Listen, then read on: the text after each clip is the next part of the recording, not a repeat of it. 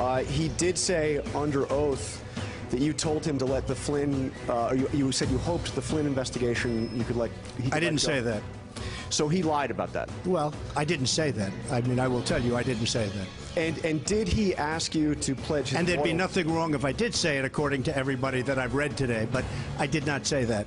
And did he ask for a pledge of loyalty from you? That's another thing he said. No, he did not. So he said those things under oath. Would you be willing to speak under oath to give your version of those events? 100%. Good morning and welcome to AM Joy. This week, Donald Trump tried his very, very best to direct the nation's attention to infrastructure. I mean, it's Infrastructure Week. So, but even the Twitter president could not ignore the main event. Fired FBI Director James Comey testifying before the Senate Intelligence Committee on Thursday about his 9 one-on-one conversations with Trump, particularly the conversation Comey had alone with Trump in the Oval Office on February 14th. Kicking superior officers out of the Oval Office, looking the FBI director in the eye and saying, I hope you'll let this go. A one-on-one dinner with the president, did that strike you as odd? Yeah, so much so that I assumed there would be others. I was honestly concerned that he might lie about the nature of our meeting, and so I thought it really important to document. The administration then chose to defame me and, more importantly, the FBI. Those were lies, plain and simple. Now, plainly and simply, the former FBI director gave a public account of feeling pressured by the president to, quote, let the Flynn investigation go, and suggested that his firing was part of an effort to change the way the Russia investigation was being conducted. Also, he stated multiple times, twice explicitly, that the president has the propensity to lie. That illuminating hearing followed less forthright testimony from National Intelligence Director Dan Coats and NSA Director Michael Rogers. On Wednesday, those two intelligence chiefs were asked under oath about efforts that Trump had, about reports that Trump had tried to get them to intervene in the Russia investigation, too. Did they answer? Not so much, you know, because of their feelings. What's the basis for your refusal to answer these questions today?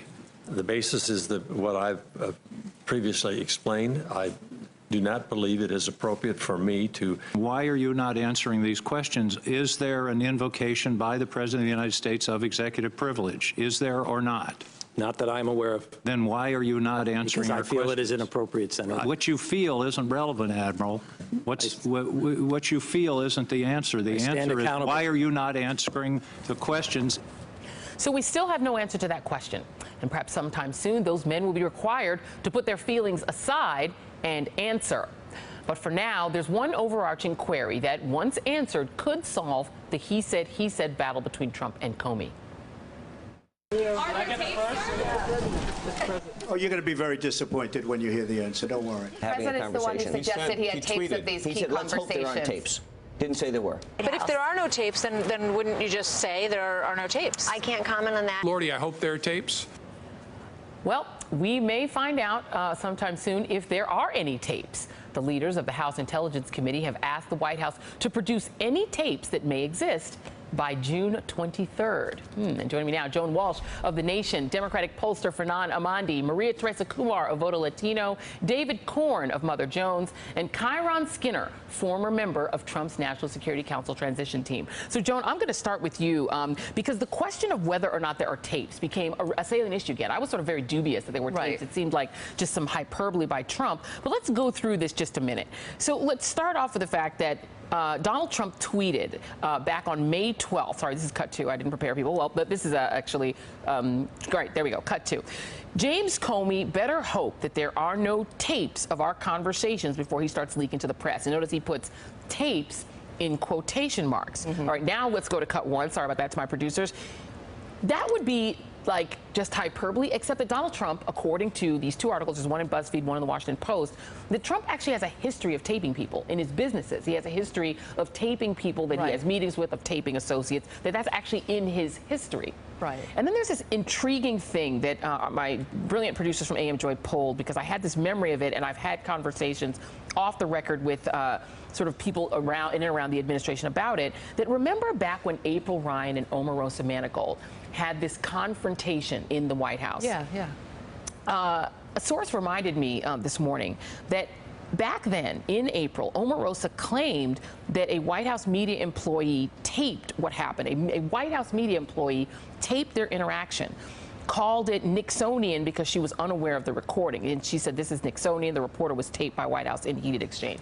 That she actually claimed that there were tapes of their interaction. Right. So in your view, do you think that the sort of preponderance of evidence suggests that they do tape stuff in the White House, that Donald Trump might have tapes? They do tape stuff, but I have come to believe that there are no tapes. I think that what he said yesterday was kind of crazy, and he said you'll be disappointed in the answer. If there were tapes, I can't imagine we'd be disappointed, although maybe he's lying about that too, Joy. I think we have no way of knowing, and it's great that the Intelligence Committee is trying to get to the bottom of this. He should be forced to reveal them, you know. Yeah. But Corey Lewandowski is saying, oh, he didn't say that. You know, they're being very dodgy about it. So something is odd. I think the thing, whether there are tapes or not, he's not going to want to reveal them because I believe James Comey. I believe his account of what happened at that meeting that he wrote down immediately. And if there were tapes, I think they'd be very damaging to the president because if not, we would have heard them already. And that's the question, David Corn. As somebody who also has been covering this Russiagate thing for quite a long time, you have a president who has a propensity to lie, to put it nice and to put it kindly, who has a history of saying things that turn out not to be true. You have Jim Comey, an former FBI director, who took copious notes immediately afterward. And we know that law enforcement notes are often admissible in court. And he took them contemporaneously at the time. He also informed about a half a dozen people about his interactions with Trump. So even though he may not have tapes on his side, he has a lot of information. Your new piece in Mother Jones is titled James Comey's Big Message is Donald Trump Can't Be Trusted, right? So you agree, I guess, obviously, with the narrative that Trump has a credibility problem. If there were tapes that exonerated Donald Trump, why wouldn't he just release them, number one? And if there are tapes that are damning to Donald Trump, why would he want to leave it murky that they exist? You know, figuring out why he says what he says at any given point in time is a, bum's game. It's really hard to ascertain what he's, suggesting, and particularly in this regard. If there are tapes, that's a presidential record. Those tapes cannot be destroyed. They have to be handed over to the archive. There's a law that governs the handling of such tapes since the Nixon days. So he should be telling the archive. The archive should be asking if there are tapes. There's absolutely no reason that you can come up with why he wouldn't say. And every time Donald Trump says, I'll get back to you on this. I'll tell you, in 2 weeks, I'm going to have new information about the hacking, which he said in January, that will change everything. He didn't. He doesn't. He says this stuff all the time. It's always 2 weeks. Always in 2 weeks we're going to do this. Bill's going to be written, whatever. So he's playing a game. It's a tease. It's what we do in cable news. You know that, Joy. It's what you do in reality TV. Keep them interested. Tease. Yeah. And so, I think the White House press corps, they've asked about this. They should demand to know whether there are tapes or not. They should walk out of the room if they don't get an answer. And, I have to go to you, to my friend Fernand Armandi on this, because you have frequently interviewed Roger Stone, who was a longtime crony of Donald Trump, who also dates back to the Nixon era, and that sort of Roy Cohn school of politics. Just knowing that Trump rolls with a Roger Stone type of person, and having followed this story as well for so long, Fernand, do you think, if you had to guess, that Donald Trump is taping his interactions with people at the White House? I think, Joy, the Nixon analogy is very appropriate because if we look at what was Director Comey's main takeaway here from this historic testimony, he basically drew a line in the sand where he said, America, you now must choose. You're either on the side of your fellow countrymen as patriots or you're on the side of Team Putin. And why is that? Because his unimpeachable testimony, Joy, made clear that Russian penetration of our electoral process happened. Unimpeachable, no question. And why is that important, Joy? Because in the same building where, going back to the Nixon metaphor, John Dean first hinted that the Watergate cover-up was a cancer on the presidency, Director Comey's testimony, where he basically calls Donald Trump a liar, makes it crystal clear. Donald Trump's presidency is a cancer on this nation, and perhaps the only hope from that cancer spreading is the nation's oncologist Special Counsel Robert Mueller.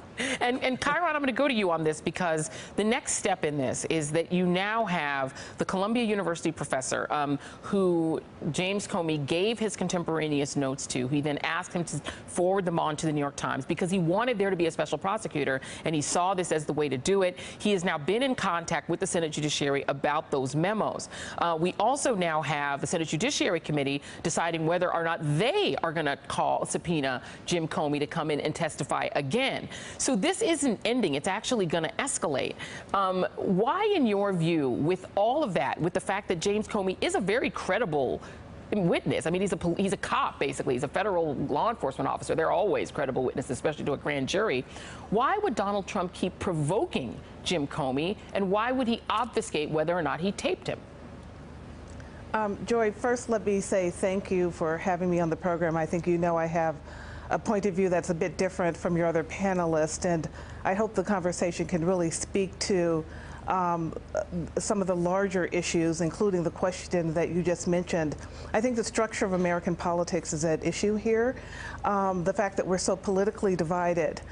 Only a year or so ago, programs like yours were against the intel community in the wake of the Snowden leaks and questioning how much of our privacy was being invaded. You may not watch me on TV, but I have never been against the intel community. You've never heard, I don't know what you mean by programs like mine, but if you know anything about me, you know that that is actually the opposite of true. I am probably the least fangirlish toward Edward Snowden and have been so very vocally on this air since I was a national correspondent. So that wouldn't be true. Can you answer my question, though, about why Trump would provoke Jim Comey and Bob Mueller by dangling the possibility and just not answering the question of whether he taped him? So I'm trying to get to that point, and maybe I misspoke when I said programs like yours, but I had appeared on MSNBC in the wake of the Snowden leaks. I can't answer for all of MSNBC and the Snowden leaks, but I need you to answer my question. We don't have all the time in the world. Yes, I understand, Joy, but what I'm trying to say is that I think that Comey himself became less of a credible witness when he basically said that the president had not tried to obstruct the Russia probe. And in that way, there was an exculpatory moment for President Trump there. But for the former FBI director to admit that he had leaked, I think undermines his credibility fundamentally. So you're saying it makes Comey less credible that he said that Donald Trump didn't try to obstruct the entire Russia investigation? Isn't that what Republicans wanted to hear? I think that on both sides there are problems, but the leaking of a memo by a top cop, as you put it, which is absolutely right, is so troubling for his own credibility. But it's his memo. He wrote it, and it's not classified.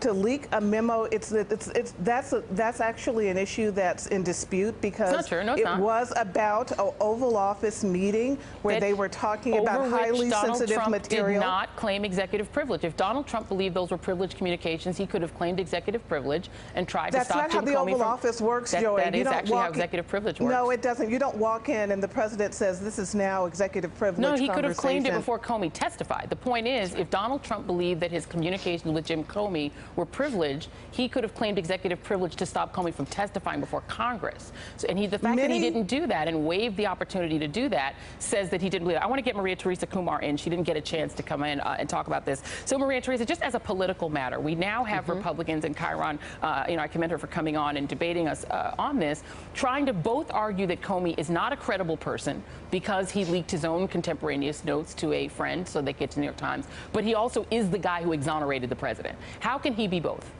He can. And let's be clear, he did this as he quote unquote provided those memos as a private citizen. He was no longer a public servant. He was no longer the head of the FBI director. And there is a difference between the two when you want to make sure that you are very clear. So when he did that, he was a private citizen, and because the president had not invoked the presidential privilege, he was able to do so completely and openly as a private citizen and a concerned citizen.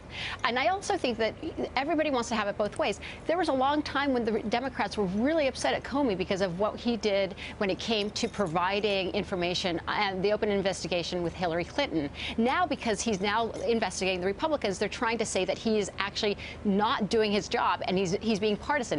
In fact, he's doing what he's supposed to be doing. He's a law enforcement official above and beyond. He's nonpartisan. There's a reason why, on purpose, the FBI director straddles administrations for up to 10 years so that he can be above partisanship and be above politics, and more importantly, be for country. And I think that was the strongest testament this past week when we saw these senators grilling Comey, because when you saw Senator Burr, when you saw Senator Warren come together and saying we are putting our country above politics, it's a clear testimony of the institutions working, checks and balances working. Yeah, absolutely. And I think you make an excellent point, Maria Teresa, because if there is anything that proves that Jim Comey gives as good as he gets to either side, is the fact that you can both believe that he was heroic in rushing to John Ashcroft's bedside to stop that warrantless wiretapping sort of workaround that the Bush administration tried to do when Ashcroft was ailing, and think he was dead wrong